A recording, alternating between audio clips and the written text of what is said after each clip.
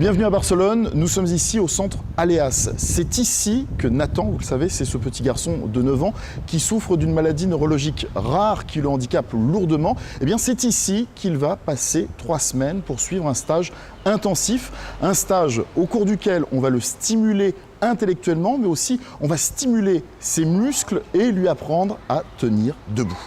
Waouh, bravo!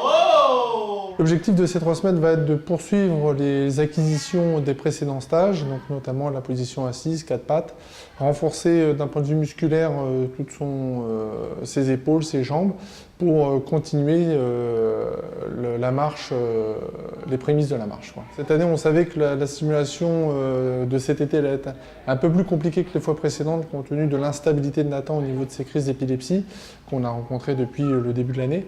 Ça s'est malheureusement confirmé sur la première journée, mais tout de suite l'équipe sait s'adapter autour de Nathan, puisque on a du coup pour l'instant diminué la durée. On va adapter un peu le rythme, ça veut dire cette semaine on va faire 2 heures par jour à peu près, en dépendant comment Nathan réagit. Entre les exercices, on fait un peu plus de pauses pour adapter à que la fatigue ne l'épuise pas autant et pouvoir prolonger un peu plus les séances. On va travailler beaucoup les appuis de bras quand il y a encore des difficultés pour Nathan, mais on a retrouvé que le contrôle du tronc et le contrôle du bassin est très très bon et ça a amélioré énormément, chose que ça nous convient pour après des étapes supérieures.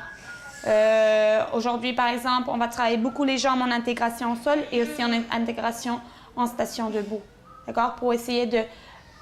Pendant les stages intérieurs, ce qu'on a fait, c'est travailler individuellement les parts du corps. Maintenant, on veut les fusionner et faire que toute la globalité de conscience corporelle soit beaucoup plus présente. C'est l'avantage que l'on a, c'est que malgré les crises d'épilepsie et l'instabilité de Nathan, les acquisitions ne sont pas perdues, elles restent.